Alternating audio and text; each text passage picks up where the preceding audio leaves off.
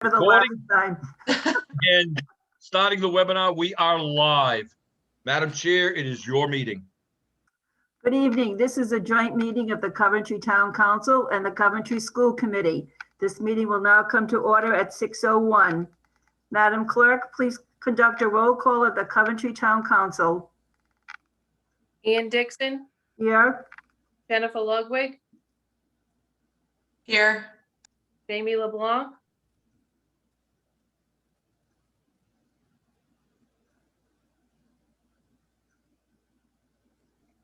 Jamie, you're muted. He's not. No, he isn't. Jamie, can you hear us? we'll just accept a wave from him that he's Raise your present. hand if you're here. Thank you. Kimberly Shockley and Ed Wazika. Here. There. Chairman Patino, please open your meeting and conduct a roll call of the Coventry Public School Committee. Thank you, President Dixon. I'd like to open the Coventry School Committee meeting. I have 6:02, and could we have a roll call? I'll be doing that. Thank you, Mr. Levis. Miss Catherine Patino, Here. Dave Florio, Here. Donna Clunian, Here. James Pearson, Here. Luke Murray, Here. Don Cowart, Here. and Harold Sands. Here. All right.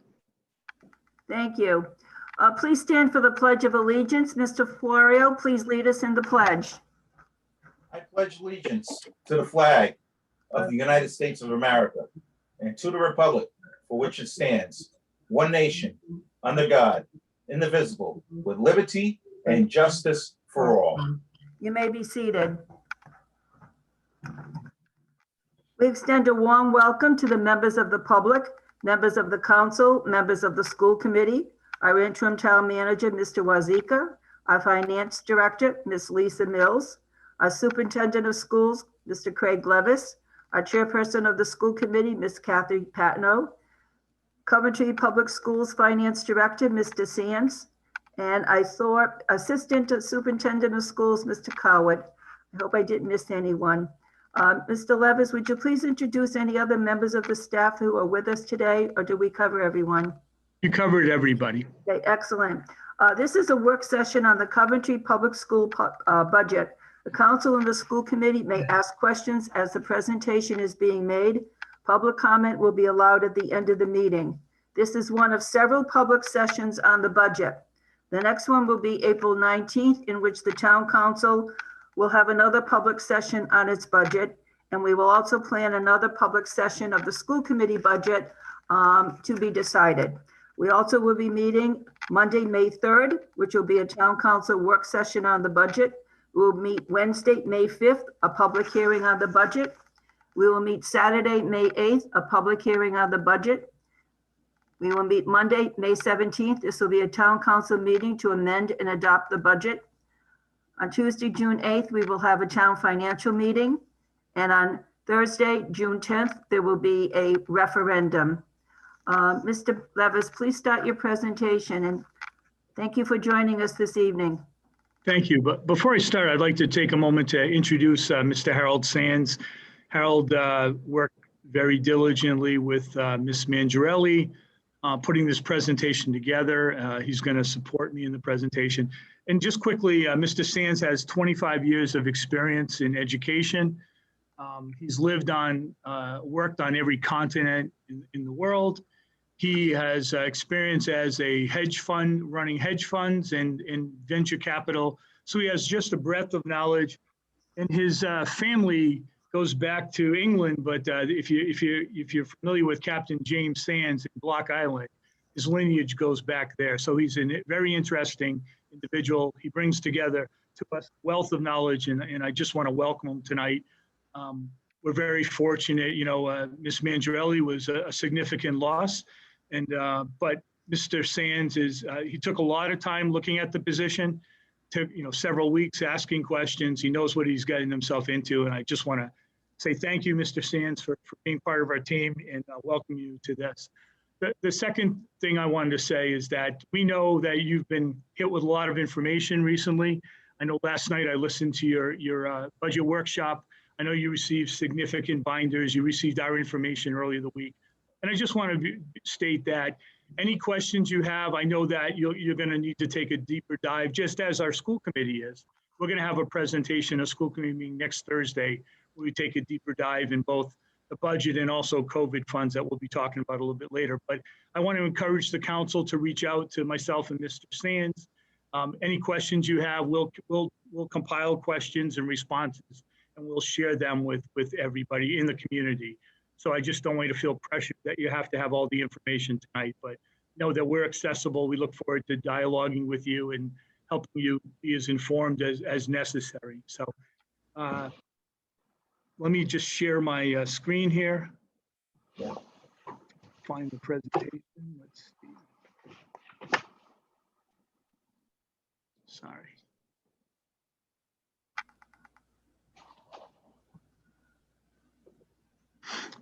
Okay.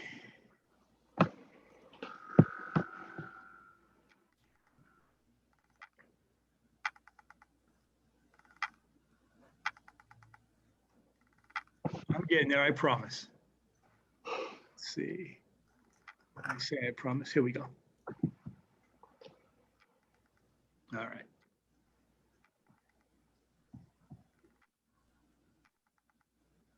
All right, everybody see that?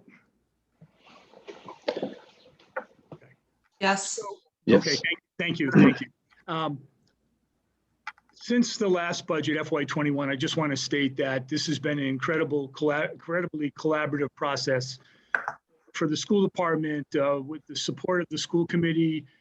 In FY21 budget, we indicated that we were going to put forward a budget that met the needs of the districts. And while it didn't work out the way that we planned, it's still been a strong collaborative process. We work closely with, obviously, the school committee. Both of our bargaining units, they both came to the table. We'll, in the near future, we'll be bringing forward the support personnel, related support personnel contract. And I just want to state that moving forward, that this has been an extremely collaborative process with all the stakeholders in the school department. So we're going to break this presentation into 3 segments. I listened to your presentation last night. I know there was a mentioning about the COVID-related stimulus funds. We're going to address that tonight. I think that's important. We'll also focus on that these are one-time funds. We'll give you some dates and when they need to be utilized. But at the end of using these funds, we're still going to have to operate, and the school department still will have a structural deficit that we're going to have to take into consideration. The second part is just the general operations. And then the third part we're going to talk about, which is significant, is the required capital maintenance. Next year, that's 2.5%. The following year, that'll be 3% of operations. And we saw this year that when it wasn't met, that the state actually took money out of the housing aid that the town was supposed to receive to pay off debt service, and they gave those funds to the school department. So we're going to talk about the stimulus budget. I know there were numbers thrown out. The number that I have right now, so there was the ESSER 1 funds. That was the, well, first there were the CARES Act funds. The CARES Act funds, the school department did not see. That's when the Governor Raimondo had used those funds to basically supplant state aid. We did not receive our last state aid payments, and she used those funds to make up those state aid payments. Then there was ESSER 1, which the school department received about $740,000, and we utilized those this past year. So ESSER 2 is the money that President Trump had allocated. Right now, we have a number of $2,419,000. We do not know exactly of that $2,419,000. We're not sure if the state's going to utilize some of that as they did before and use it to fill some of the state aid. We're hoping that they don't, because we know the state received a significant amount of dollars, but as of this date, we don't know. We also are not sure exactly of what we owe from those funds to the private schools. in the previous funds that we received in the ESSER 1 funds, we had to give a percentage to the private schools that we deal with, which typically in the last year was Pathways Program and Father John V. Doyle. And we gave them a proportionate share that we receive in terms of our Title I funds. So whatever percentage of Title I funds, but just so you know, we do not know exactly what's going to happen with those funds. The second pot of money is the American Recovery Plan funds. And those are the funds from President Biden's, the $9 trillion. So we could potentially get $4 or $5 million out of that. Again, we don't know what percentage the state may take. We don't know what percentage we'll have to give to the private schools. But those are definitely money that we're going to consider moving forward. We plan on meeting next Thursday night with the school committee. We're just getting the agenda approved now. We'll post it.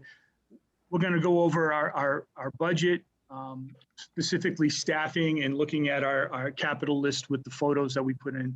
We're all in how we reprioritize it, but we're also going to talk about a COVID budget. When we had the COVID funds before, we went to the school committee and they had approved us spending, I think it was a little over $1 million to address our COVID need. We're going to be going forward with a proposed budget in terms of how we will utilize the COVID funds. Again, recognizing there's two parts of this. One is the guidance and the allowable use. And while we have those documents from the federal government, which we'll be sharing with the school committee, I'll share with the council, we don't have the state's guidance yet. It needs to be aligned, but sometimes the state may reprioritize how they want us to spend the funds. And you can see here, part of this is, part of the use is to make sure that we use the funds for teaching staff, for support staff. They want to make sure that there's funds also available for the cities and towns. And I'm not sure what type of funds you're getting and when those funds, but the concern with the federal government was that because of revenue shortages to states, to cities and towns and to schools, they want to make sure primarily that we maintain the level of services and supports. But they also want us to look at those areas of learning loss, social emotional needs, and putting the supports and staff where necessary. We've met with our administrators. We've looked at numerous staff that we may need or we'd like to have in terms of providing interventions. A quick example is we have a middle school of 1,100 students. We have one reading specialist. We don't have any math interventionalists. Those are areas that we need to address, and we're looking at every single school. We'll be going over this much more in depth with the school committee on the 8th. Again, this has not been approved by the school committee, but this is what we've discussed as an administrative team, how we think we can best utilize the funds. Retain the custodial staffing pattern of FY 2021.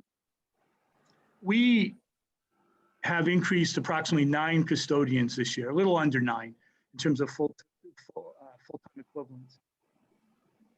13 years ago, we had 12 additional custodians than we do now. So we had reduced our custodial staff by 12 over a period of 12 years. So even though we said we were putting the staff on for sanitation and cleanliness, which is true, to disinfect our buildings and to make sure that we can clean out of our classrooms after lunches and sanitize desks and bathrooms in between students using them. It's important to understand that we're at a level of service, we're at a level that's much lower than we had 12 years ago. And so we don't see how we can step backwards and say we're not going to keep our buildings as clean based on what we experienced this year. It's not listed here, but there's also some concern. I don't plan on having to have, we've hired additional COVID nurses. I don't plan on having to have those nurses next year. But as we know, anything's possible. And so I just want to put on the table that may be necessary to, depending on what happens with COVID. And we're expecting a full return and hopefully towards some sense of normalcy. But we also need to know that at any point we may have to, flip a switch or go 180 degrees, in the opposite direction. One of the strategies that we're trying to use with the COVID funds is to remove items out of the general fund moving forward. We're going to talk a little bit about our request for the town in terms of the local appropriation. And no matter what happens, at the end of the day, these ESSER 2 funds are the $2,419,000. That has to be used by September 30th of 2022. The additional funds that we're going to get from the American Recovery Plan, which could be $4 to $5 million, that has to be utilized by September 30th of 2023. So one of the what we're looking at is how can we pull out expenditures from the general fund that'll allow us to need less resources from the community to be more sustainable. And here's an example is we were going to look at purchasing Chromebooks for a lease. Those lease payments would go over 3 years. If we're able to buy those Chromebooks, which is an appropriate use of these ESSER funds, if we're able to buy them outright, now we're saving those lease payments for 3 years. So we could utilize those funds to offset other expenditures. Another example we have, and that's not listed here, is we have out-of-district transportation, or called statewide transportation, that $600,000 to $800,000 a year. I think you remember earlier, statewide came back and said they were going to increase it by almost $500,000 to over $1.3 million. We were able to go back and negotiate, and that's where we were able to get the funds to put athletics and activities back into the budget this year, just to shift expenditures. We have some ideas and strategies that we'll talk about the school committee about, where we think we could offset maybe $300,000 or $400,000 of that using COVID funds. These funds to offset $300,000 to $400,000 a year of out-of-district transportation. Those funds now will be available in our general fund for other appropriations. So we have to like September 30th of 2023 to try to find ways to reduce our structural deficit. And we'll get into that much more in depth when we meet with the school committee next week. We are going to have to use $813,000 of these ESSER funds to, as I just talked about, to offset what's transpired due to level funding. Our capital improvements, we plan on using $230,000 of these funds towards capital improvements. That'll also help us go towards our maintenance requirement of 2.5%. We can also get reimbursement of 42% on these $230,000. I've talked a lot about summer ramp-up programs, at least at our school committee meetings and in the community. We have to make sure that we address the needs of our students as soon as possible. We're hoping that that'll be this summer. And in layman's terms, I want our kids to be able to be kids. You know, we know that there's been so much great impact on families. We've all experienced that. I've been working with the YMCA, Westwood Y. I've been working with your recreation department, Rainer Blumenthal. I know that there are no funds in the budget for a summer program. We believe that we've also been working with Brown University and the Annenberg Institute on a strategy called it's an evidence-based practice called density tutoring. And we think there's a way we can partner with both the recreation department and the Westwood Y, where they will run programs for our students. We can fund those programs. I'm not going to pay for staffing, but we can fund students going to those programs. But we can also provide support where students in small groups would get high intensity tutoring for not a lot of time, but maybe 2 to 3 days a week. And the research on this is it's 15 to 20 times more effective than just regular remedial work in tutoring. And we've been working with the Brown Institute. So there's a way that we can actually fund your rec department to run in the summer through these funds. It'll address the needs of our students, but more importantly, it'll allow kids to be kids. It'll allow families to have their students, many of their children attend the summer program. And so I think that's a great creative way. It's a win-win all around. The last part we put in here was about the private school allocation estimate. So based on what we do know, and based on the formula in Title I, there could be at least $600,000 of our aid that we need to give to private schools. But I'm just throwing that out there because we're not sure exactly how the formula is going to work. We don't have that information yet, but I did want to put a number there just to show that there's a significant amount that will be giving to the private schools. I'm going to turn this is just a summary of our FY22 budget. as we see it right now. And I think Harold is going to talk about some of the highlights of the budget. Thank you, Craig. I am going to talk about 3 or 4 highlights here. One being the very first line, which is the local appropriations, to basically look at the structural deficit from level funding. We're asking the district asking for a 4% increase. And this is just to get us back to level base, because as we all know, when the COVID funds finally do disappear, there's going to be a cliff that we're going to have to face at that point. If we don't start looking at this now, we're going to be in terrible shape when COVID funds do leave. State aid is in red here primarily because it looks like we're going to get a $600,000 increase in state aid, but at this point, it's not finalized, and it won't be finalized until the legislation actually votes on it. We don't know where the students are going to be, if students are going to be counted for this year or last year. So we have to be very careful in being able to say that we're going to get 3% on that. So as you can see from that alone, that is still up in the air. Now, what's important here is also that the estimated COVID funds, the $813,000 is the COVID funds that we are going to be using to fund some of the structural deficit that happened from the level funding. We're going to be working with the school committee to figure out how this is going to be input into the overall budget. And then finally, I think it's important to note that down at the bottom at 844,449 is the additional estimated, Craig, that's at the bottom. If you could point at it, does everybody see that?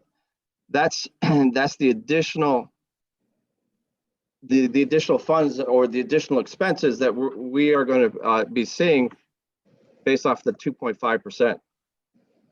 This is something that was taken from the town prior last year, and this year we're looking to go ahead and fund most of it this year through COVID funds. We are looking at, and then finally we're projecting a negative 305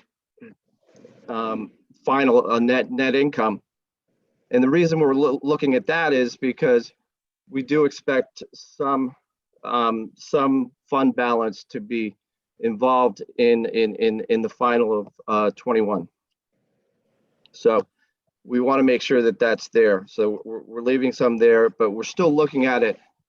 And as everybody knows, this is only my second week here, and I am working very hard with Sarah to understand all the numbers and go into them even more depth with the school committee on the 8th, and then down the road.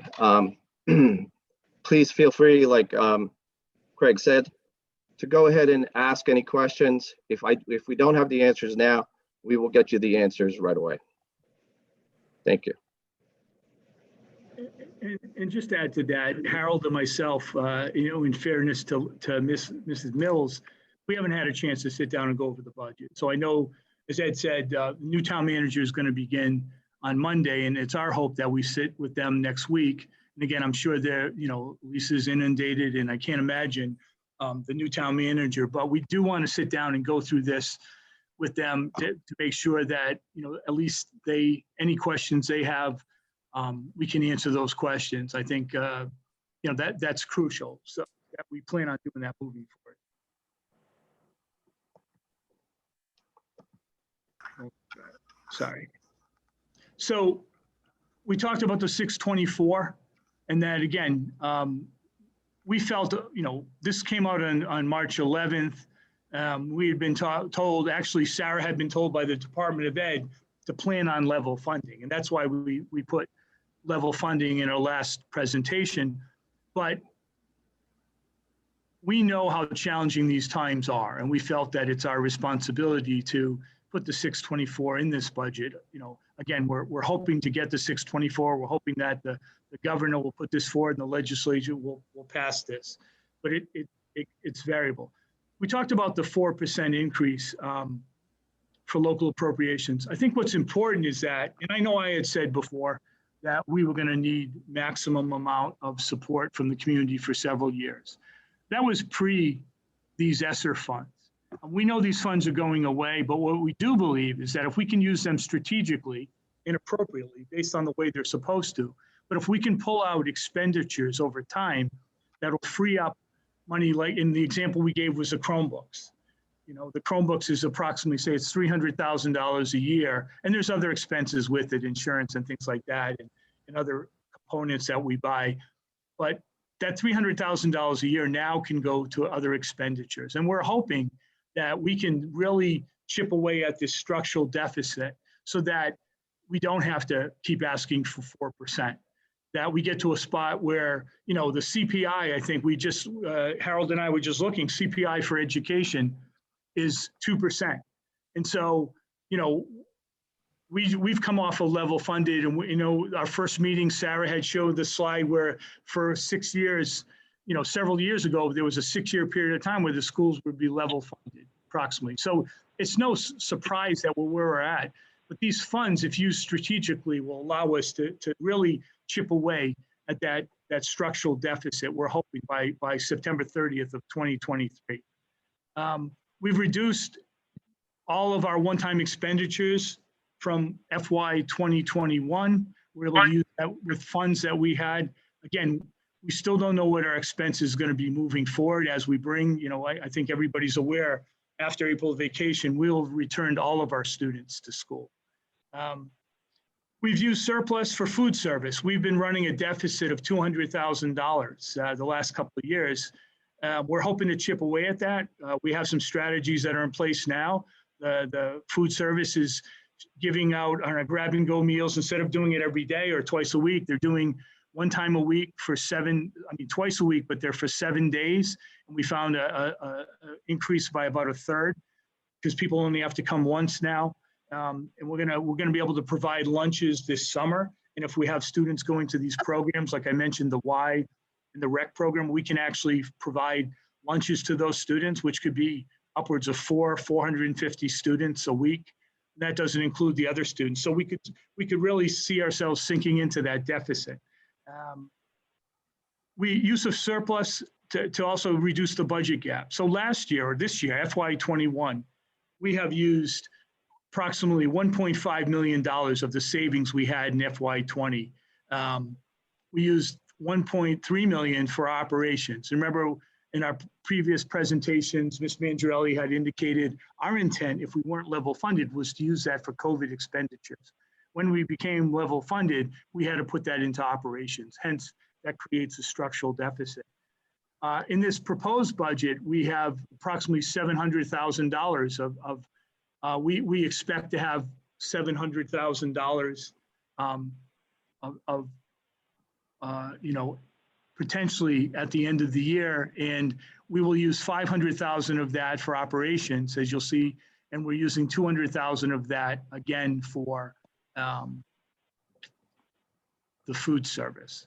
So yeah, that'll leave us approximately 0 reserves when we start up FY22. And then, as Harold said, we're using $813,000 of the ESSER funds to offset additional budget gap. So the projected salaries and benefits of our general operations. So I met with Margaret Card, our new HR director. And, you know, we have 2 very significant positions with fairly new individuals. Margaret's entering or just finishing up her 3rd month. And we looked at staffing from 17-18, FY18 to March of FY20. And we saw that we had a reduction of approximately 15 full-time equivalent positions over that period of time. So I know I had heard that, you know, we don't make cuts. We've made cuts, And even with the pandemic and the additional staffing we put on this year, we're still down 10 FTEs from FY18. And so our staffing pattern, and I hope once COVID's over, or even towards the end of the year, we can have our council go through our schools. We'll make sure that it's safe, but I'd like you to see the schools, the students in them. Our classes are full. We're bringing back our high school students and middle school students. We'll have 25 to 28 students in most of our classes. We've reduced staffing. Again, we've over that period of time, it was 15 full-time equivalencies. This is not the time for us to reduce staff. In fact, we need to increase. And I think that's where, in terms of our general operations, we'll be talking with the school committee next week, looking at that. And we still make additional cuts, but that's where we're going to use the COVID funds. I think one of the issues with that is we know that these positions may end up being temporary, and that's problematic in the long term. But right now, we need to do whatever we need to do to ensure that we address learning loss, we address the social emotional needs of our students, and provide as much support as we can. This also includes an estimate 5 retirements. That's what we're projecting right now. That could go down. We haven't had the official confirmation from the union yet, or that could increase, but we're pretty confident it's going to be around 5. One of the areas that Ms. Mangiarelli worked extremely hard at, it was our health and dental. For many years prior to her arrival, the district had been borrowing from our reserves. In fact, we borrowed over a period of several years, I think 4 years, approximately $1.2 million out of our reserves, which we were warned by West Bay Health that was not a good practice. But we used that to offset shortfalls in our budget. So because of the work that we've done in terms of building up our reserves, and obviously COVID has an impact in terms of they weren't providing the lack, there were no elective surgeries for much of that time. We're confident that our increase this year for health and dental will be a 0% change. And we're very confident because Sarah is now the executive director of the West Bay Health. So, and that's significant to have a 0% increase right now. The other thing that we did was we also have plan design changes. When we met with the Auditor General, I know, I think Ms. Mills was on there, and I know Mr. Wazika, one of the things they talked about was making systemic changes. There's no way we're going to just cut ourselves out of this, right? But one of the things we've done in terms of working with our bargaining units, both the SRP and the CTA, is we've made plan design changes to our healthcare. We had not changed the prescription plan in terms of, in some of the plans for 9 years. So we're able to make some changes in that. And these are going to have impact not only for this year, but as the years come down. We also were able to increase the percentage of copay. And you'll see we did the same thing with our SRP when we bring that forward. And then finally, the budget reduction to the elimination of the Coordination of Benefits program. So the Coordination Benefits program basically was if you have a spouse that works and could get insurance on their own, the idea is that they would come off of our plan and they would go on their own plan, which we would pay for. And the whole idea is that their experience, if some experience takes place, it's not going to be on our plan. But there were flaws in that. A couple of things. One is that I believe the Coordination of Benefits, it's like the bell curve. The larger the population, the more accurate it is. I don't think it was effective for a small organization like Coventry in terms of the amount of individuals it impacted. Secondly, we also had to have secondary coverage. So we're still covering them by providing secondary coverage. So we were able to reduce this, and this is again, $300,000 that we were spending, on average. We shifted that over to our insurance, but we think it's going to make a big difference moving forward. That's something that we've implemented in this budget. So some of the significant changes in expenditures, non-personnel, we've talked a lot about the tuition, out-of-district tuition cost increases. We're challenging that. I know that many of these were in terms of our career in tech. Obviously, elimination of sports and activities did not help in terms of, the level funding. I've had many parents that have filled out applications for career and tech programs. It's got nothing to do with the career and tech. They talk about they want to go to a district that can, ensure that they provide continuation of activities and in addition to other resources. But we are addressing that. There's legislation that has the support of both the House and the Senate that'll look at programs like regional career centers such as Coventry High School. And if we have a program and that's similar to other programs, the legislation is going to indicate that students in Coventry need to attend our program. And because right now, 50% of our students that are going out of district are for programs that we offer. So I think that'll have a, if that gets approved, that'll have a significant impact. Transportation contract increases. We know that our bus, both the outer district transportations statewide in our contract with Ocean State have increases. There was a reduction in E-rate related services. That's a reimbursement we get, matching in terms of, used to be for cell phones and technology. Now it's on wiring. Our grade 6 to 12 Chromebooks shifted to stimulus funds. Again, that's just one example of the strategy, but that'll allow us for what we were going to put in our budgets for the next 3 years. We'll be able to pull that out of our general fund. And we're going to try other strategies so that we can free up funds in our general fund. And that goes back to reducing that structural deficit definitely by September 30th, 2023. There's an addition of elementary ELA and math curriculum supplies. We've been on a strong path in terms of our curriculum cycle. One of the things that I didn't mention, but we received grants for over $500,000, competitive grants for ELA curriculum for our preschool and for our secondary. We have to fund the elementary ELA in our math curriculum. But I mean, one of the things we don't talk about in this presentation, but I think is important, and there was a 16-month period of time where we brought in over $2 million in competitive grants. A big portion of that was for the statewide 2 pre-K programs, which is $1 million we'll receive over 3 years. There was Mr. Robillard had driven the trauma-informed care, trauma-informed community grant that we received from the Rhode Island Foundation for almost $500,000, and then the grants that we received to purchase the preschool and the secondary ELA. And then we're also decreasing certain software platforms that we had prepaid so that there would be expenditures next year, the year afterwards, but because we're able to prepay for them, that we won't have those expenditures.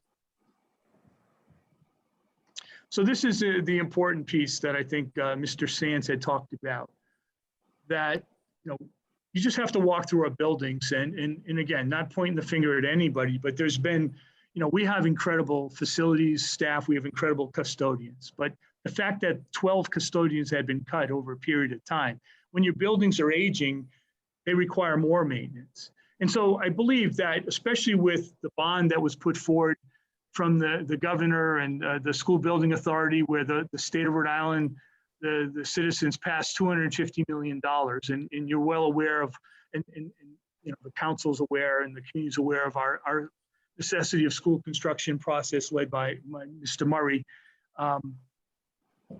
They felt if we're going to invest back in our schools, we're going to mandate that maintenance has to be part of operations. So in FY22, maintenance has to be 2.5% of our operating expenditures. So that's $1.9 million that we have to spend on operations.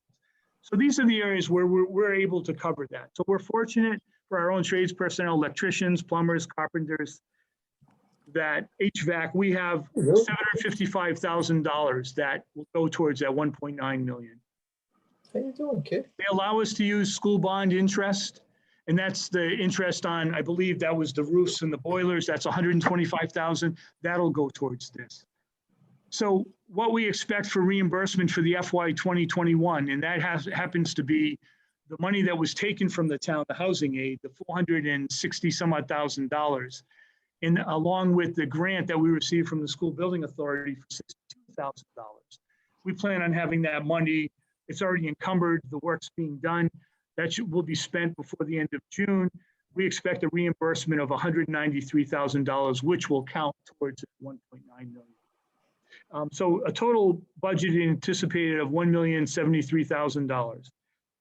So we still need to spend another $850,000 if the bond does not pass. So I think you saw earlier where we plan on using $230,000 of COVID funds to do some capital projects. That will count towards this. I think the significance of the bond passing, if the bond passes and those shovels get in the ground before the end of FY22, we will definitely meet this requirement. If not, that's something that we need to have more conversation with the town council, the school committee, the town manager, town finance director, because if we don't meet that, the same thing will happen that happened this year. So now that we have time, we weren't aware of that. I don't think anyone was aware of what was going to transpire, but now we are aware. So I think it's been more important for us to do due diligence and strategize around this, because while I know the town has other revenues that might have come in, and maybe it didn't have a major impact of $400,000, $800 and some odd $1,000 moving forward definitely will have an impact. So we want to make sure that we partner together to avoid this. So just to kind of summarize our future budget concerns, we've used 1.5 million of our savings to fund reoccurring expenditures. That's this year. Positions funded, and we mentioned a lot of positions that we need that we're going to put in to support students, to address learning loss, to address the social emotional needs. Everybody's saying we're going to get through this year, but it's really going to hit people, all of us. As we start to move towards normalcy, there's going to be some major impact. And we've seen that throughout the ages in terms of when people go through crisis and through trauma. We need to prepare for that in this budget. And the concern is that when those funds go away, we still may need have some of those needs, but how are we going to be able to fund those? And that's something we need to be thinking about moving forward. And then finally, that we know that when right now we plan on having a structural deficit of 1.8 million for FY23. Now that's what we plan on. Hopefully we're taking steps that we can mitigate those numbers, and we've discussed some of those strategies, but not including CPI in other operating increases of 0.5% maintenance, which means it's going to go up to 3% requirement for FY23. So, we know that there's cost of living increases. We have been, and that's where I started off the presentation, kind of talking about the school committee and working with our internal stakeholders, that we decided in FY21 that we needed to put forward a budget that met the needs of the community. And unfortunately, things didn't end up where we were hoping they would go. But now we're coming out of a pandemic. Yes, we have significant funds that we can utilize, and we plan on being very transparent, as we were with our reentry planning and getting community involvement and having input. We have input, as I believe the council does now, at all of our items in terms of our agenda items. We'll have much more community input moving forward. But our concern is that the steps we take today, the steps that we take moving forward in addressing the needs of both the town in the schools in this upcoming budget year are going to really decide the position we set ourselves up for moving forward. So I know there was a lot of information. I made a lot of comments. We'll definitely open it up to comments and questions, but I do want to reiterate the fact that Harold and myself are willing to meet with council members individually. We're willing to take whatever questions. If we don't have the answers, we'll make sure we get back, and we'll publish those so that the entire community can see questions.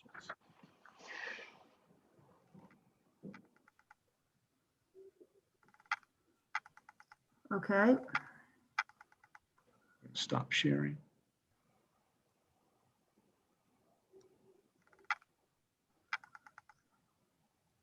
Mrs. Patino, would you like to entertain questions from your own school committee at this point in time? Sure. I guess we can start with Mr. Florio. Did you have any questions about this presentation? No, Madam Chair, Ms. Levis presented to us the other night and it was clear and precise, and I have no questions at this point. All right, thank you. Mr. Murray? I don't have any comments. I'll just make a quick, well, I don't have any questions. I'll make a quick comment. And that is, I just want the council members to know that we are talking as a school committee, and Mr. Sands brought this up the other night, is that, and he's brought it up as well, also tonight, of trying to close the structural gap using any funds we can with the state funding, the federal funding coming down. It is one-time funding, so we can't build it into operations. But if we can bend the cost curve in both directions, meaning that we are applying that money, and the superintendent mentioned Chromebooks, to things that are long-term that impact our operational budget, we may be able to close a structural gap, which goes back several years, right? We talked about this last year. There was a state cut, we had structural problems with the budget, then we moved forward with the 0%. So I think we're all committed to doing that. We talked about that the other night. We'll continue to do that. And Mr. Sands seems to be of that same thinking. But there is going to be a point where we've got to continue to fund the system over the next couple of years to get to sustainable, to a sustainable path. And that's the biggest goal here, is to get some sense of stability, because last year, quite frankly, was a bit of debacle when we had to deal with the sports situation. And quite frankly, from my standpoint, I don't want to deal with that again.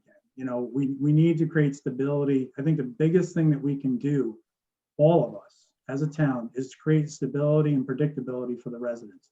Not spook them into going to another school district, not spook them into selling the house and moving to another town. Just giving a well thought out plan. We've talked about this. I know we've all discussed it.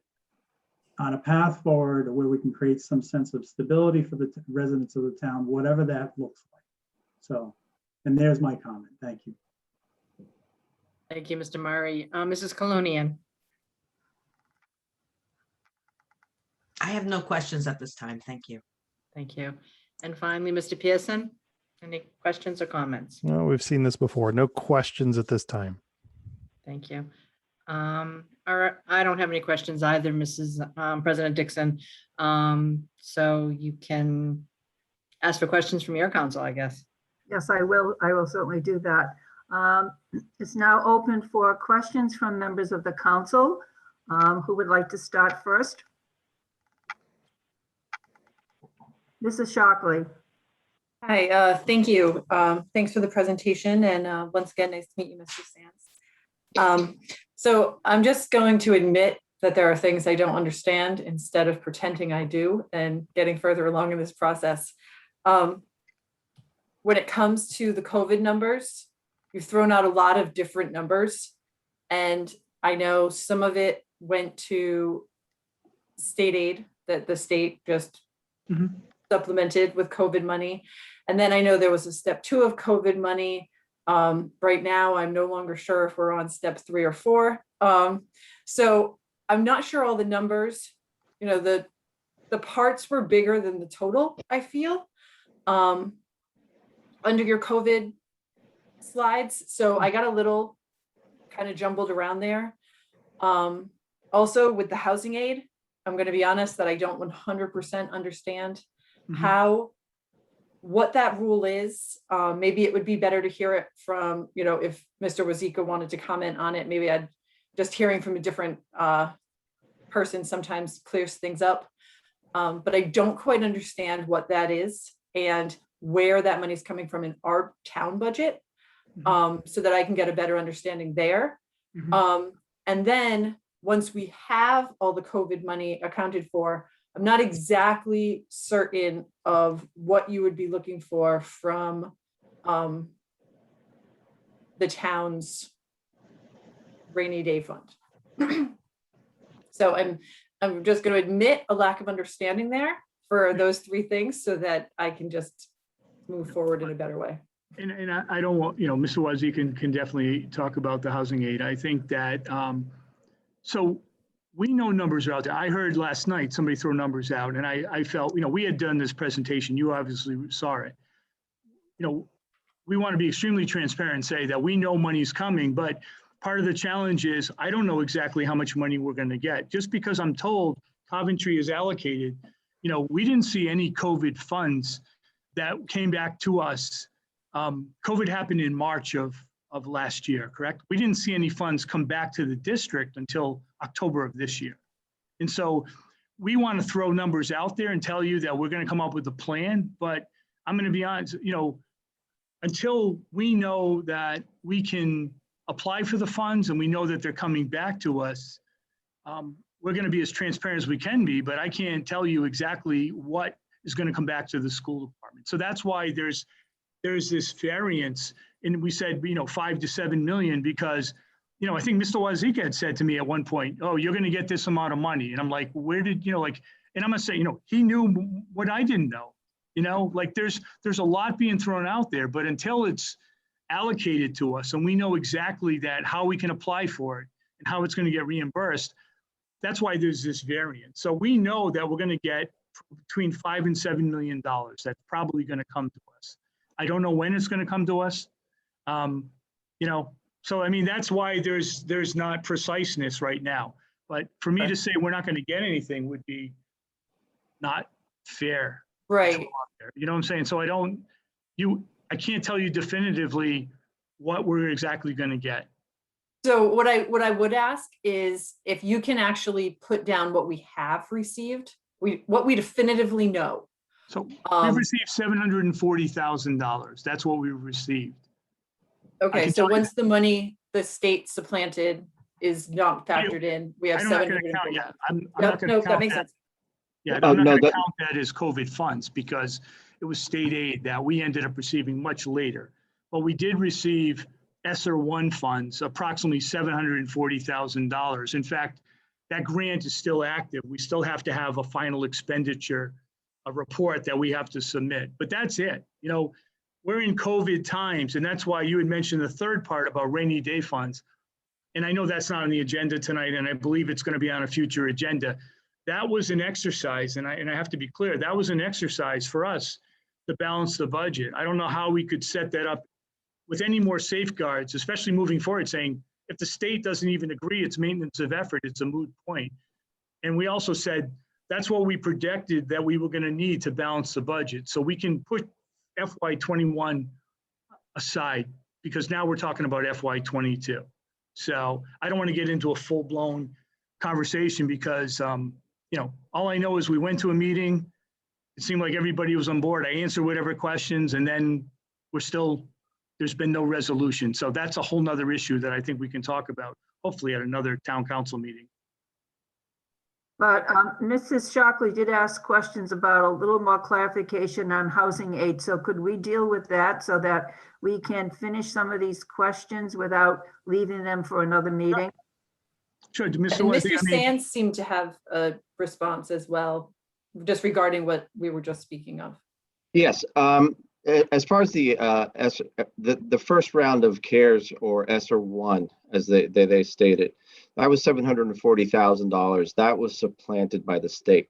We also did get CRF funds, which was also part of the CARES Act. That was another amount, which I'm not certain of right now, but I can get you that number as well. But it was similar to or a little bit above the 740.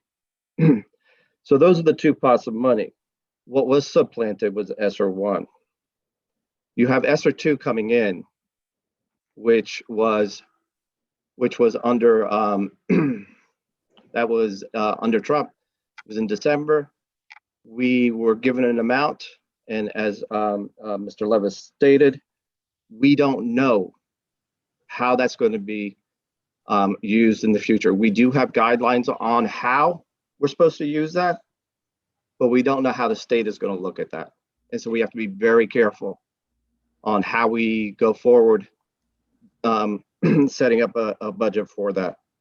And then the final one, the ARP, which is ESSER 3, that was given by Biden. That expires in September 30th of 2023. And we have to have a plan up on our website on how we're going to spend that money.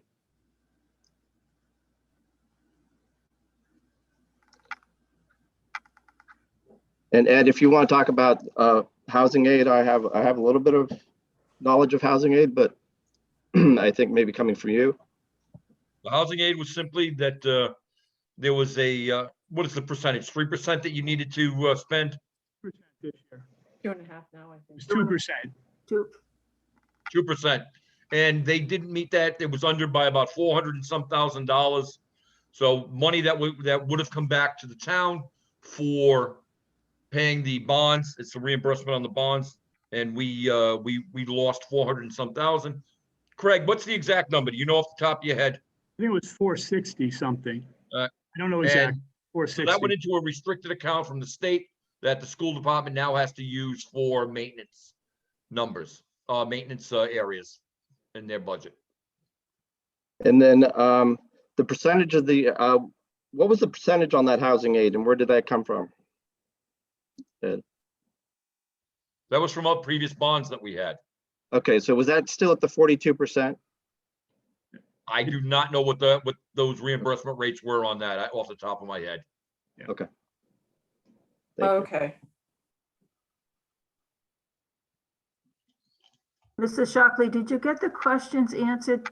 I mean, Yeah, actually, that last sentence kind of helped it make a bit more sense to me. The only thing I wonder is, where do we have this coming from in this year's budget? Is it a line item on either side? Who are you Like, does speaking the to? town have it? Does the town have it as a line item? We have to give 2.5% of our operating budget to the school. No, it's not set up. It's not set up as a separate funding to the schools on it.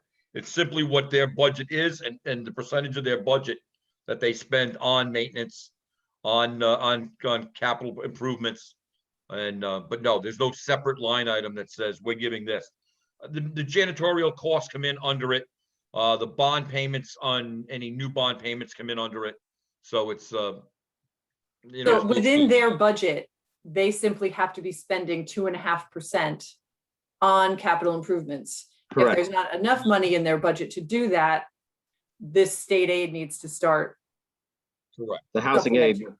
Yeah. Gotcha. Okay. One of the upsides of if the bond issue passes on the school building, that will meet that requirement for the next 25 years while those bonds are in place, because we will be getting that percentage covered. Okay, great. No, my questions have been answered, President Dixon. Thank you.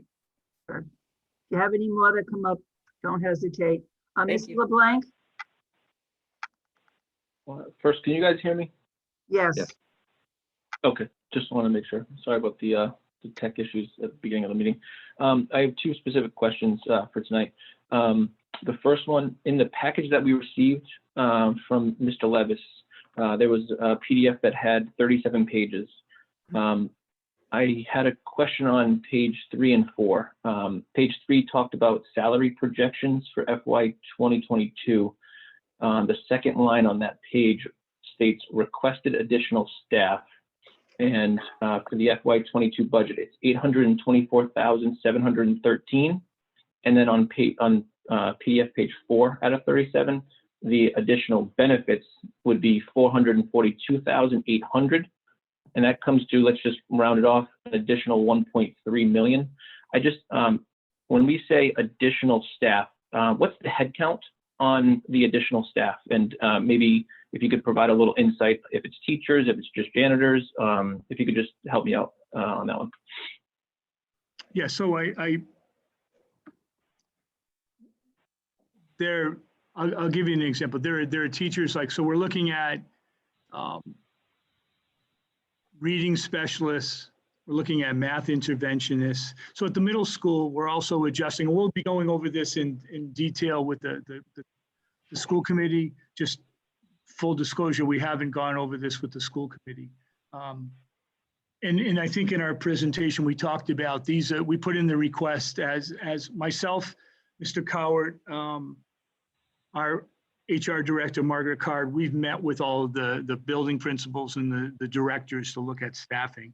All these staff predominantly are staff that we need to provide additional support. We may have reductions in staff based on enrollment. We haven't made those decisions yet. We have met. We still look at like kindergarten enrollment. We don't know, unfortunately, till sometimes in the midsummer.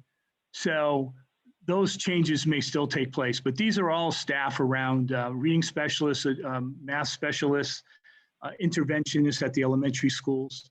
At the middle school, we have to add an additional team for next year, and we're going to talk about that with the school committee. We've changed the schedule to better address students' needs. So just the additional team is like 2.4 positions. But then I had mentioned before, we have one math one reading specialist for 1,100 kids.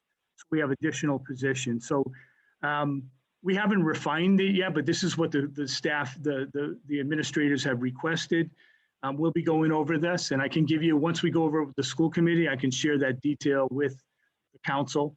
But it's really, these are all additional positions that we're looking at to provide additional support to students. We're not adding additional programs. These are additional supports looking at reading, writing, looking at, we have some support, we have some behavior specialists we have a program called the SCORE Strive. They work with students with significant emotional needs at our elementary school. We're expecting an increase in one of the schools, so we're providing additional staff. But these programs also are beneficial to students and families and to our budget, because instead of sending students out of district programs for tuitions, we're able to keep students within our building, within their own community. And as more students come to the surface that may have those needs, we can put them in these programs. So we can go over that, I think, in more detail after we go over this with the school committee. Okay, no, I would just appreciate it. I didn't know if it was about 10 or 15, because I know you mentioned that you guys had cut about 15. I didn't know if we were just filling back those positions, that's all. No. Those positions, and honestly, the positions that we've cut were to reduce, like we've made significant cuts at the high school, and we've increased class size in some of our elementary schools, where we might have had 3 classrooms of 15 students, or even 14 students. We've condensed, so where we can collapse classrooms.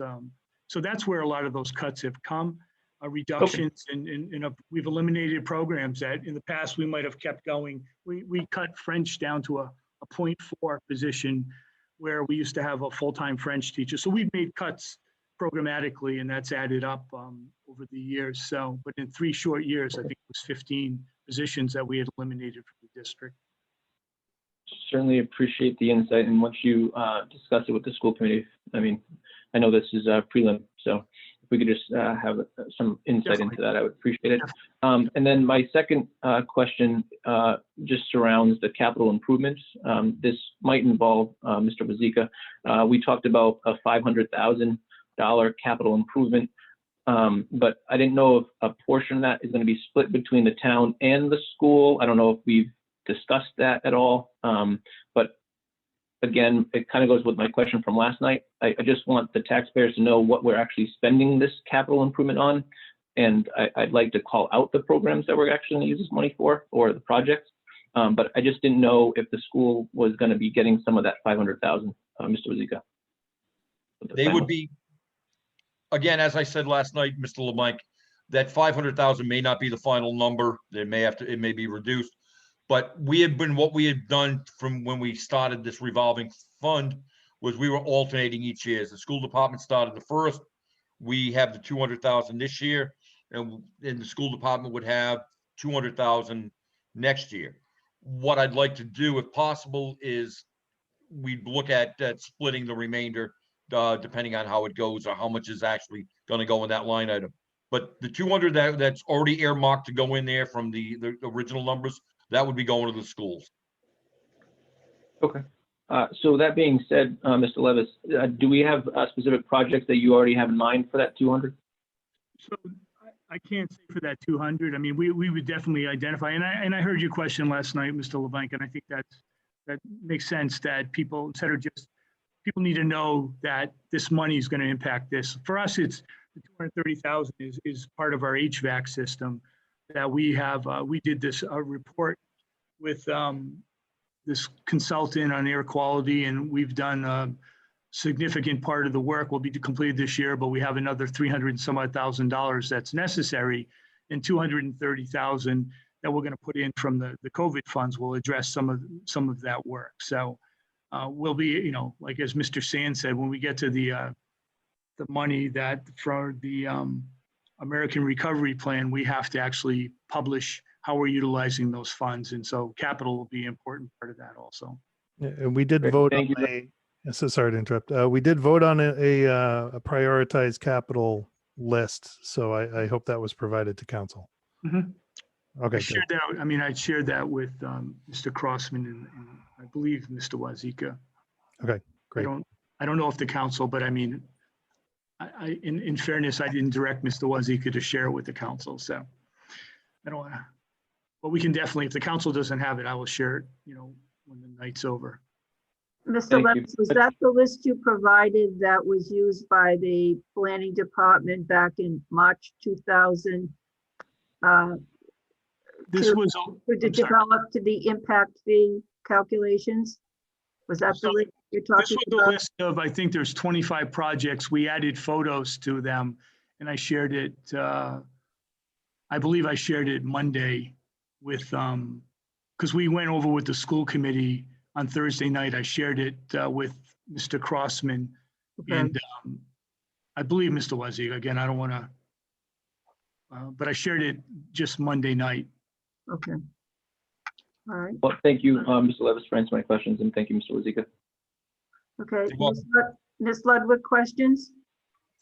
Yes, thank you, President Dixon. So I have a couple of comments. So thank you, Mr. Levis, for taking us through the budget and welcome Mr. Sands to this entire process.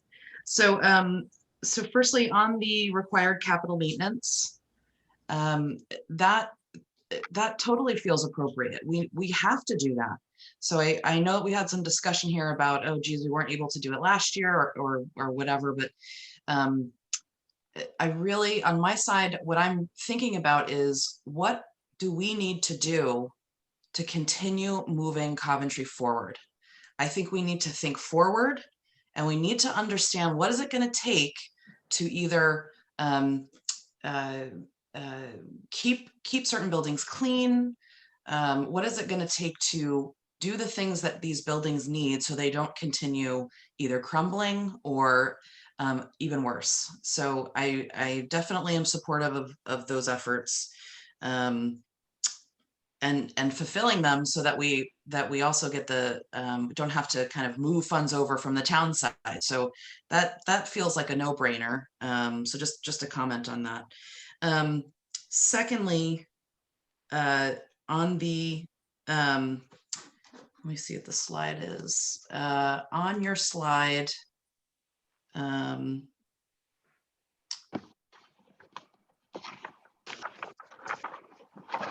give me 1 second here because I have it in front of me.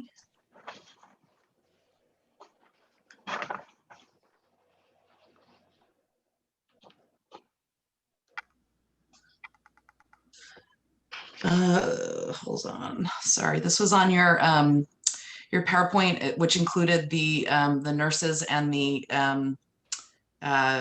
cleaning staff. I think this was projected salaries and benefits slide. Yep. It says, we do not anticipate the ability to decrease our cleaning staff and potentially nursing staff. It's my understanding that schools, at least in Rhode Island, are not the cause of the spread of COVID. And I think that's a direct result of how we handled this. And this is not only a student issue, this is a public safety issue. So I think we absolutely need to consider that the efforts that were made this year need to continue. We need clean facilities for our students. We have no idea what will be the next pandemic. Now that we've all lived through this one, we don't know what the next one will be. But I think this is a testament to the efforts made on the school side to ensure the safety of our students. So big thank you to the group. I think it's absolutely appropriate that this is in here. And we're trying to keep this at the right levels. So thank you for doing that. That to me, this is not just a school item. This is something as a community. If I have my kids in school and they're spreading it around school, and then we go to the grocery store, who else do you think is going to get those germs? That's what I think about. So if we have the ability to keep our staff and students in a safe environment, that is good for the entire community. So thank you. Thank you. And then I did have a question about, you had mentioned something about there is some legislation in the House and Senate. We've talked a couple times over the past, 4 or 5 months in terms of keeping students in the districts where it's a program that they're looking to go elsewhere for. I was just wondering, we don't have to tell it to me now if you don't know off the top of your head, but if you could maybe provide which bill that is, that would be helpful. I will share that. Yeah, actually, when we had the joint legislative meeting, I had shared a copy of it, but there's a revision, so I will get that and I'll share it with the council and the school committee. I will get it, try to get this evening or first thing tomorrow and share that with you. But it's similar. Okay. Similar bill. It's just it's been revised and it has some new backers in terms of. I've been told that both the lead in the House and the Senate both support it, so that's crucial. But I will share that with you. Okay.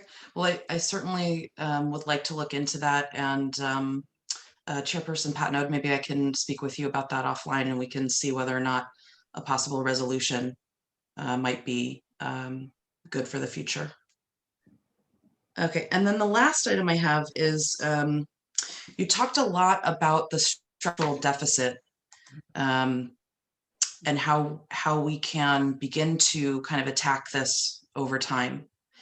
And so I don't know if we can answer this tonight, but based off of all of these efforts, and then obviously we're not going to get those COVID funds after a certain amount of time. So that will be a finite amount at some point that actually get released. Are we looking at how long it will take us to get out of the structural deficit? So for example, I think on one of the last slides, it said something about, I think it was around 1.5 million of future budget concerns. So, oh, sorry, I might have the number wrong. 1.8, I think. So how do we look at that over time, for example? So if we did not have the ESSER and the Trump and the Biden funds, I think we'd be in a different situation. We've used our surplus. Again, our intent was to use it for COVID expenditures if we were not level funded, if we had received that 1.2.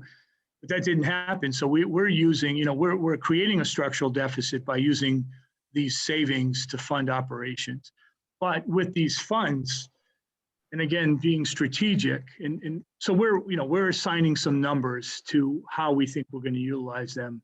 And Ms. Shockley was absolutely right. It doesn't all add up because we're putting numbers to something where I can't come back and say exactly these are the funds we're going to have. But we're pretty certain that we're within the ballpark.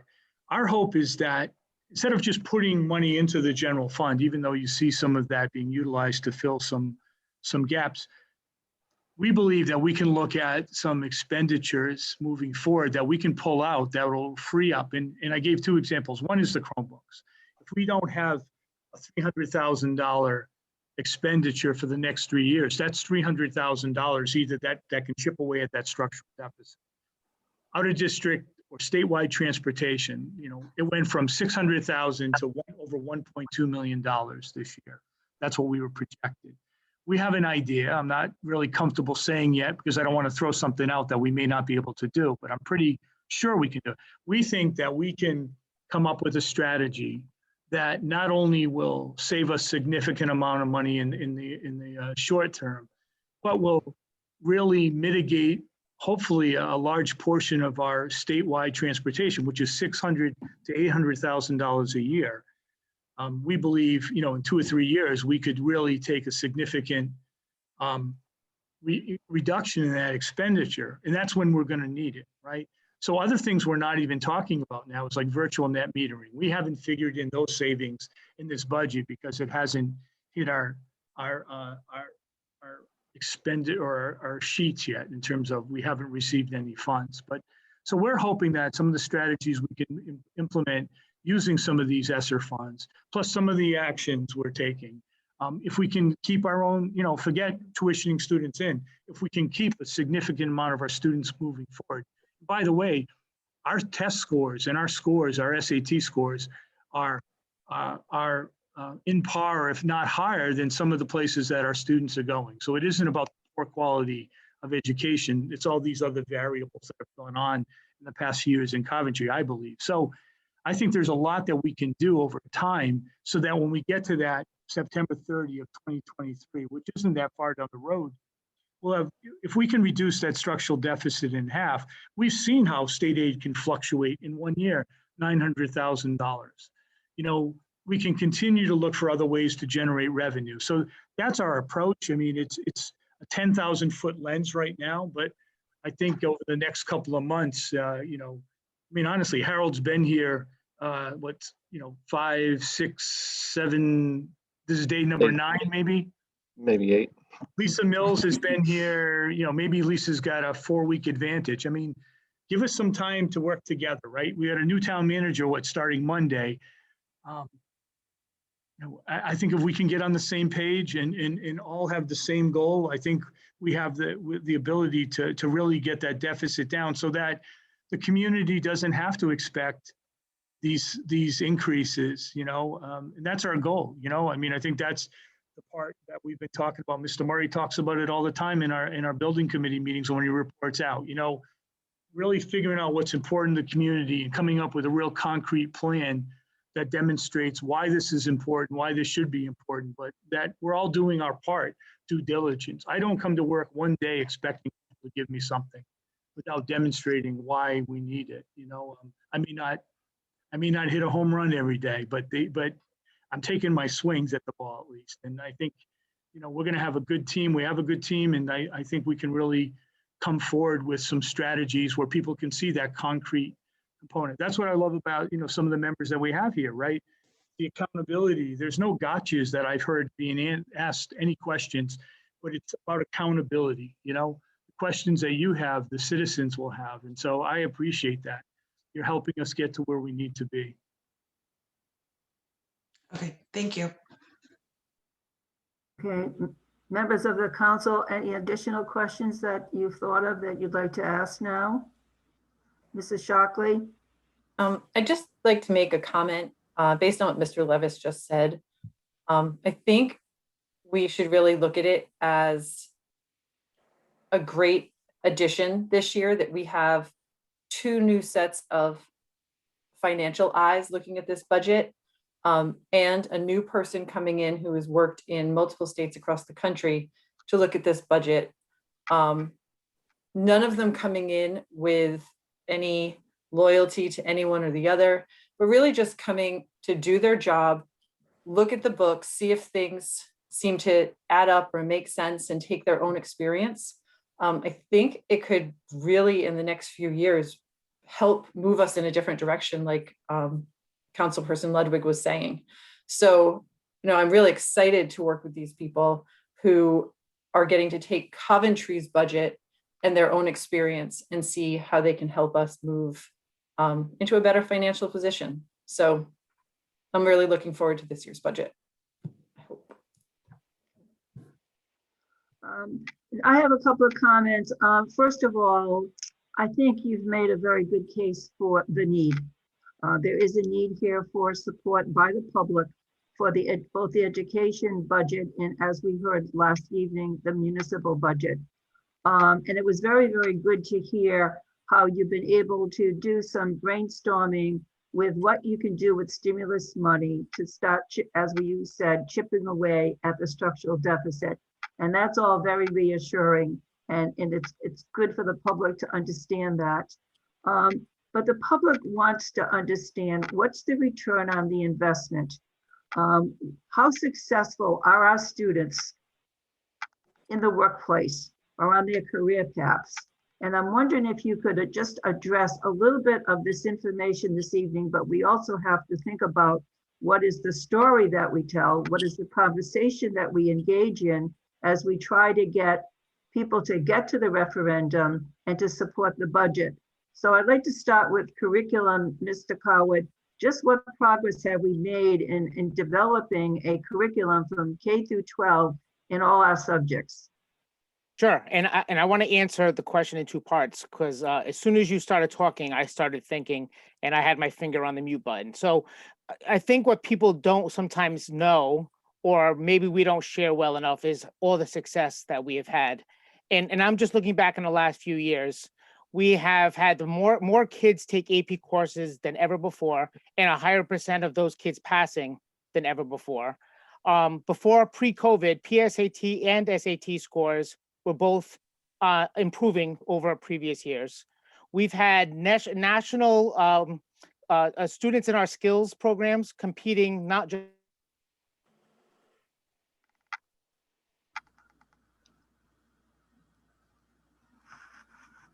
who were being recognized for like national merit and different initiatives that they were involved in that get national recognition. We have kids who go to some of the best schools. We have kids that go into the armed forces. We have kids who get jobs, and that's just the high school.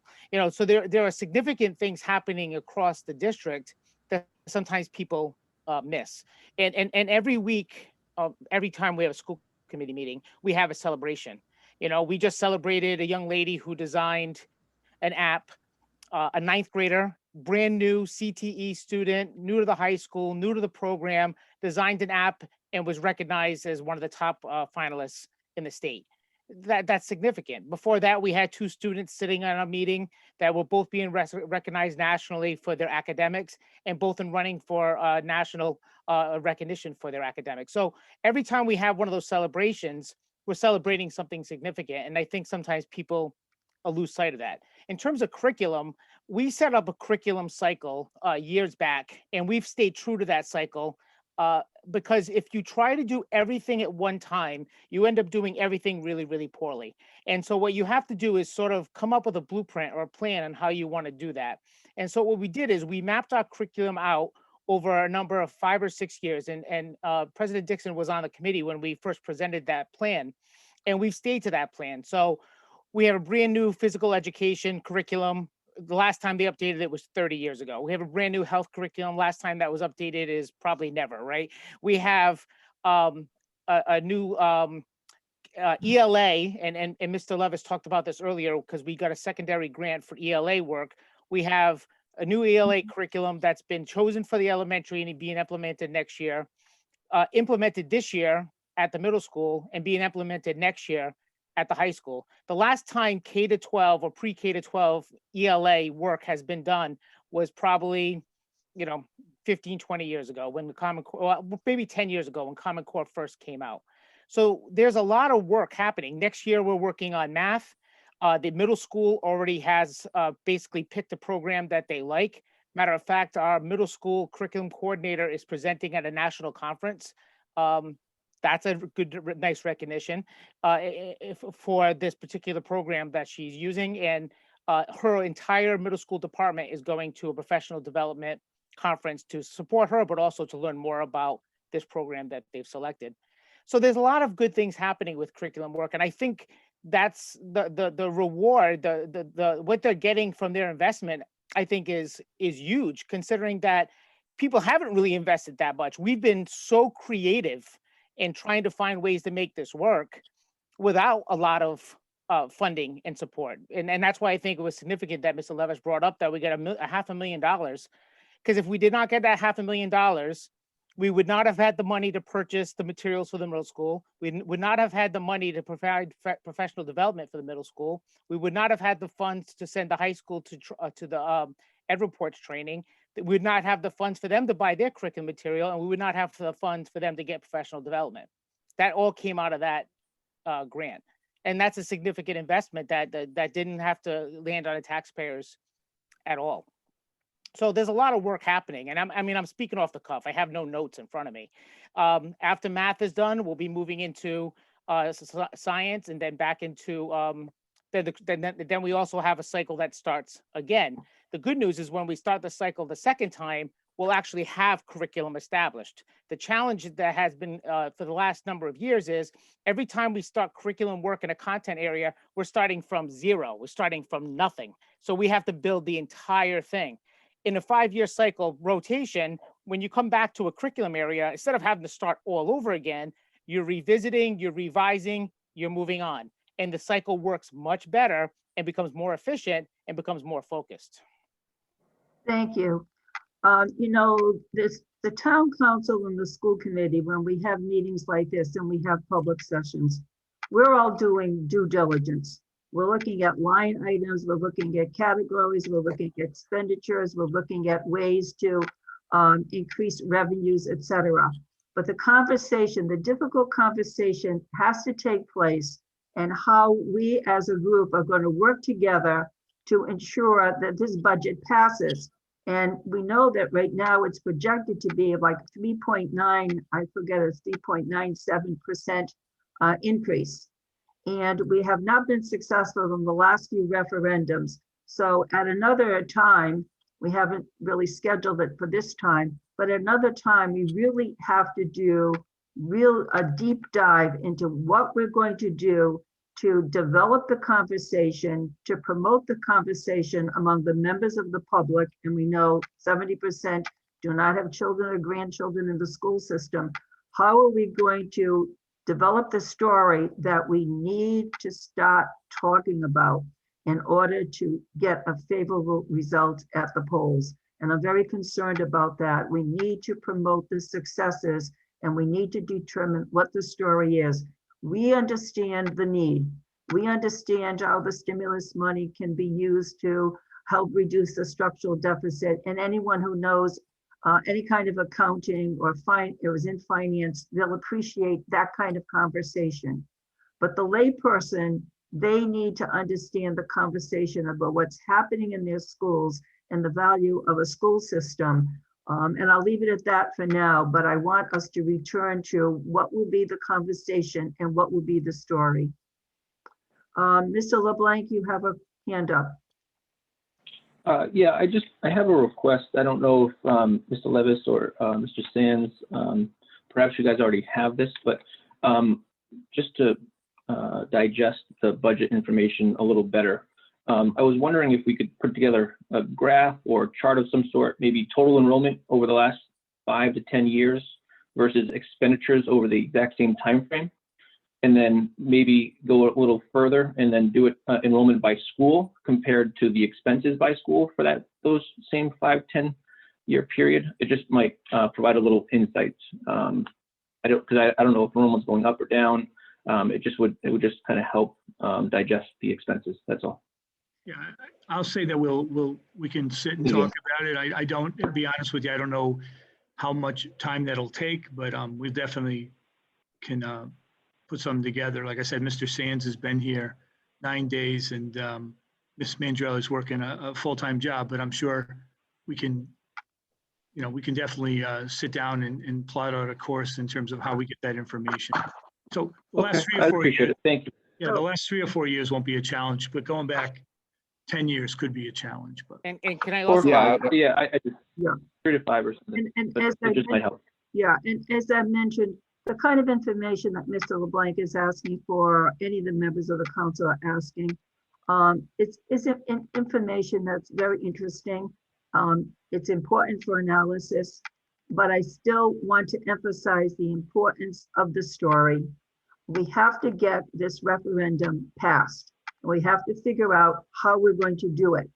And so the conversations here have to move into conversations that a layperson who is a member of the public will clearly understand, and they'll be able to understand the importance of education and the need to support it.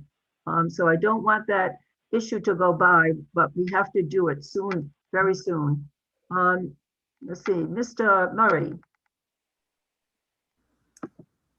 Yeah, I just had a couple of things because it's a workshop, and one of them is just constructive.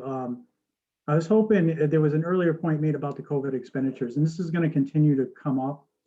again and again. And it does get very confusing, even being on the school committee and hearing it in these meetings, you lose track. So the one request I would have for all of us would be if we could get a simpler, less spreadsheetish format that would outline what funds were allocated from what, dedication, ESSER 1, ESSER 2, what the amount was, and broadly what it's been used for or is prospectively going to be used for, rolled up.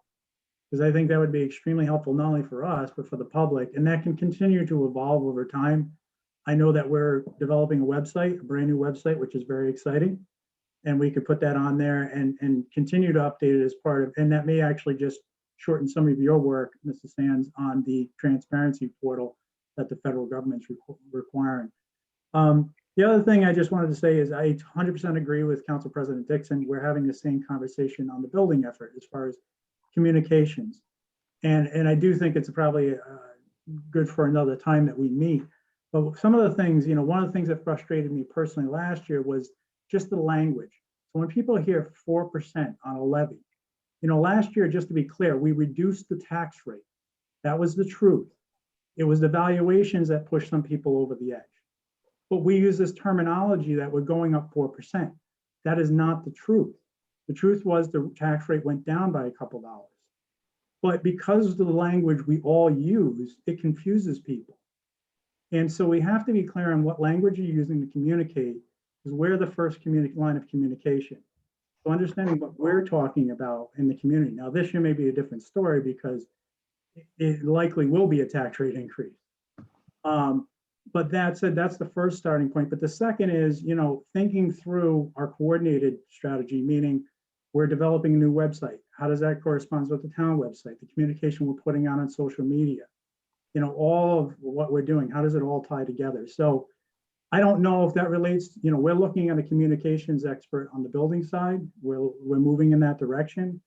We're going to see how that works out. And that may be a model for how the town moves forward. But the truth is we really do have a communications problem here. It's not always just a budget problem. It's just that people don't understand the value proposition. And I completely agree with you, President Dixon. They really don't understand the value of what they're paying for. And so how do we make them understand that? We're not probably all of us maybe not have that expertise to really, or the time to get that communication to them. So I don't know how we do it. Certainly something for another session, but 100% agree. Thank you. Thank you. Mr. Wazika. Yeah, just Mr. Murray, with all due respect, the reason we reported last year about 4% because we have to report based on levy increase, not on tax rate increase. And that's what we were reporting on is a 4% levy increase. Yes, the tax rate went down because of the reevaluation, reval on it, but the tax levy had to be, it was an equalized levy, as you're well aware, and the levy itself was going up 4%. So that's what we're required to talk about with the state. We're required to do all our reporting with the state based on that levy. So to use anything less than that wouldn't be appropriate, especially when anybody starts looking at the reports. It's going to look like we're being disingenuous if we say we're doing something different. I always try to emphasize the tax rate increase versus the levy increase, and there's always been a difference on that as we've gone over. But that's why we use that 4%. We're obligated to under the state for all of our reporting to work off of that levy. So it wasn't meant to try and inflate anything. It was meant to show the truth that we had to go by. Yeah, and my comment wasn't meant to slay anybody. I want to, you to understand that. I understand the reporting requirements and the state requirements and the way the law is written. But this goes for everything. We have to decouple ourselves from what the state requires and what we're looking at on a spreadsheet versus how we synthesize that information for the public. It's not deception. It's actually clarification. Because when I look at a 50-page spreadsheet in a meeting like this, it's confusing for me, and I'm in the weeds, and I work in municipal. I deal with budgets all the time. So to expect the common homeowner who works a full-time job, who we want to participate in this project, to boil all this down, we have to do a better job. And that means, not just looking at the state reporting requirements saying, this is our obligation, saying, how would an average person take this and synthesize it and actually, put it in some semblance of what it's going to mean for them, because that's all they care about. You know, is this going to be more money for me to pay? What's my burden and what's my value proposition? Because we're all self-serving, right? And I say that in the most, you know, even a community has to be self-serving because we all want to partake of the benefit, right? Well, if we're going to partake of the benefits, we all have to share the load. So it's not a slate on you, Mr. Wazika. It's you did what you have to do. I think it's a broader problem for all of us, how we approach this and think through it put ourselves back before we served. If we were just chiming into a meeting, you know. I didn't take it as a slight against me, Mr. Murray. I'm simply stating the facts for the public, because when you put something out like that, I want them to understand why it was put out as a 4%. Same deal. The equalized rate, and there was a nearly 4% tax increase off the equalized rate with the new valuations. So again, the numbers we used were the actual numbers that were out there. So I mean, I don't know of any other way to do it other than the truthful numbers.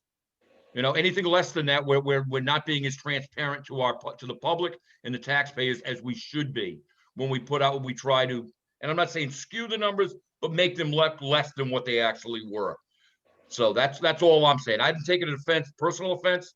I just want people to understand in the public that are viewing this what it is and what it was. You brought the point up about bringing that number, and I just wanted to clarify that. Thank Thank you. you. Thank Sorry, if I may, just one indulge me for one more minute. So one example of what I'm talking about was I had made a presentation, right? PowerPoint presentation that I put out there on YouTube. And what I did was I showed what the tax rate impact would be at a certain housing rate.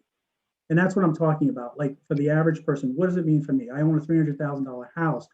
What does the new rate mean for me, even with the bumped up valuation? And we saw when you explain it, for many people, their actual rate, what they're paying in actual taxes went down. That's what they care about. So you're right, we have to explain it your way. 100% agree.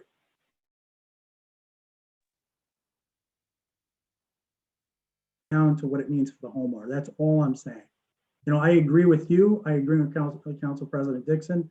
It's just how we go about it. That's all. And I'll quit. Remember with the reval, out of the 13,000 properties, half of them went up before we did a tax increase. They were already in some cases facing some major increases because of the reval. So to try to tell them that we're not going up 4% when we actually are, it just wasn't appropriate. And I agree, we need to have a unified agenda on moving forward, but transparency is big, and I think we need to be truthful at all times and not try to downplay what it actually amounts to. Just my 2 cents, my potting, leaving this position. Thank you, Mr. Wazika. Mrs. Shockley. Because we've moved over to kind of how we would like to present, there are a couple of things I'd like to know if we could look into. And one is making sure that that the public knows that we are having multiple meetings so that we can get your input before what would have been the financial town meeting, so that we can actually make changes if possible and if we deem them appropriate as a council and a school committee. So please, in these meetings, raise your hand if you have a question, raise your hand if you have a comment, or even an exact example of something that you think should be cut. We need to hear it before it's too late to make a change. I would also like to ask that when we do advertise for the budget, if possible, instead of advertising the question that will be put before people and having that be all, we have an explanation and detailed information of, some of the things we've talked about tonight. Councilmember LeBlanc has mentioned actual items that we'll spend capital dollars on, actual places where, reasons behind why there's a budget increase. I think people often, when they look at that newspaper right before they're about to vote, they say, so what does that mean? They haven't been on the meetings. They haven't maybe been involved in Facebook conversations or next door conversations. So when they do see the place where we advertise to the entire town, I'd like there to be a way that we're really giving them information instead of just showing them the ballot question. Thank you. Point well taken, Mrs. Shockley. Any other questions by members of the school committee or the town council? Mr. Levis?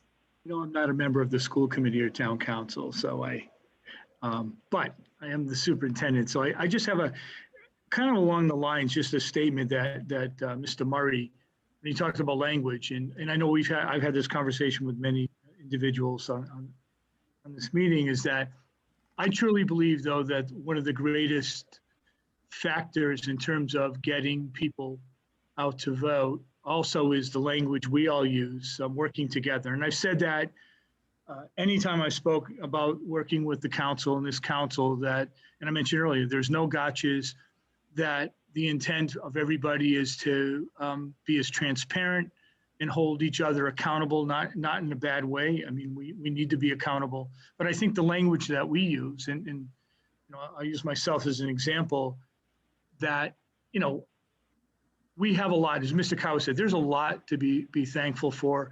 But I think that if we truly believe in what we're doing and what we're putting forward, we need, our language needs to support that.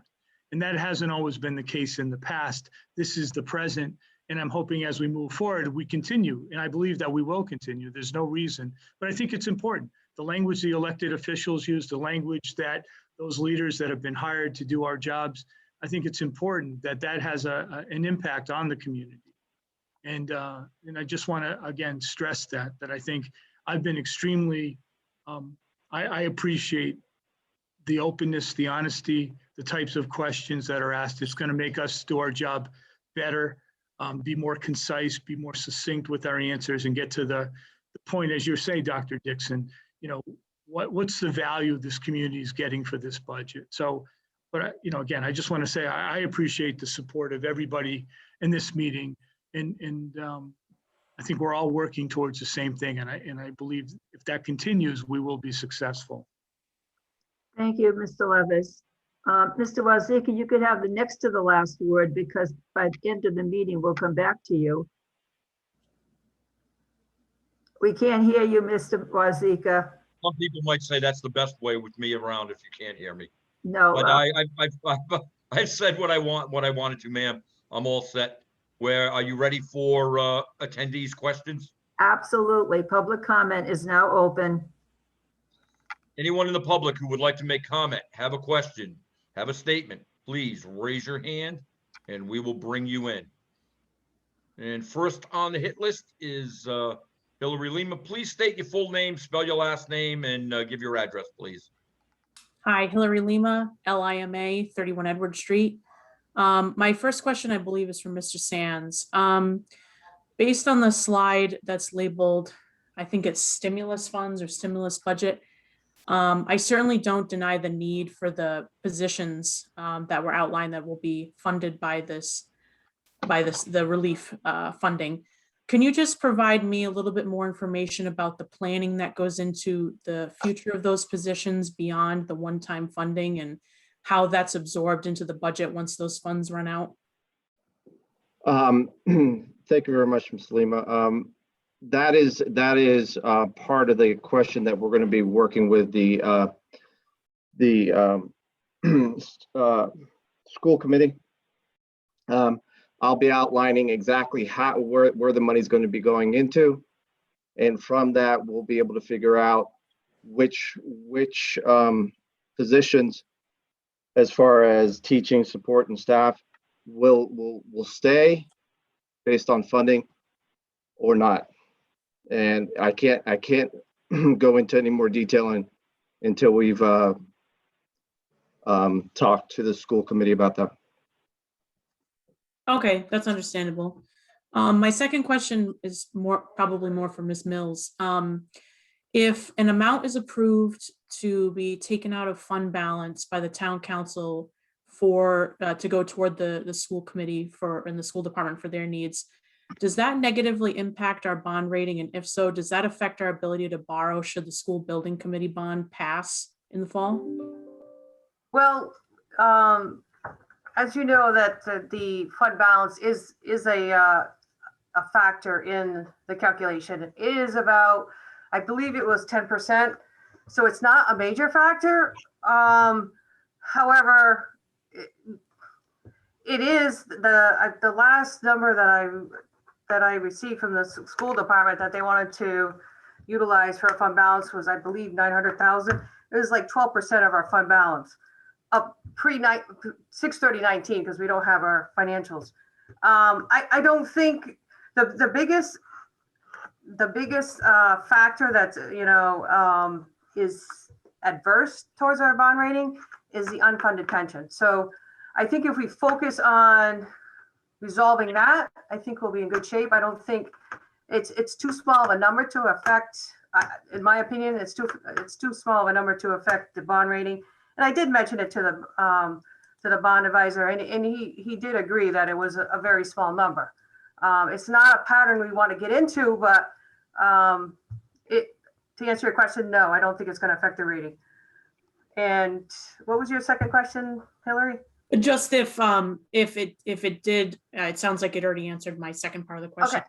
If it did affect the bond rating, does that affect our ability to borrow should the school building bond pass in the fall? No, it will not affect our ability to do any kind of bond borrowing. Okay. What it will affect, if it did adversely affect our bond rating, it would affect our interest rate. Okay. All right, good to know. Thank you very much for the joint session tonight, and Superintendent Levis for preparing that, as well as Mr. Shands. The schools are near and dear to my heart. My mother's worked in a school department in West Warwick almost my whole life, so I understand and feel your sentiments. And my heart breaks for all children and teachers and staff during this pandemic, and I appreciate your support. Thank you.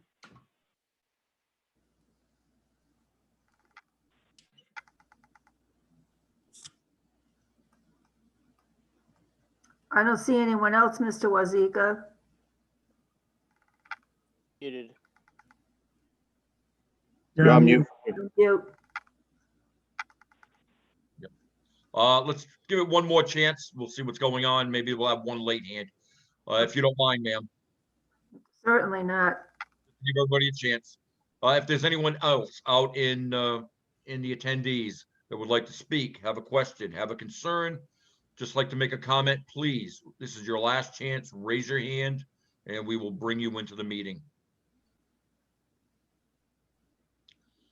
Ma'am, apparently we've got one. Joshua Clements. I knew there'd be one late one coming in.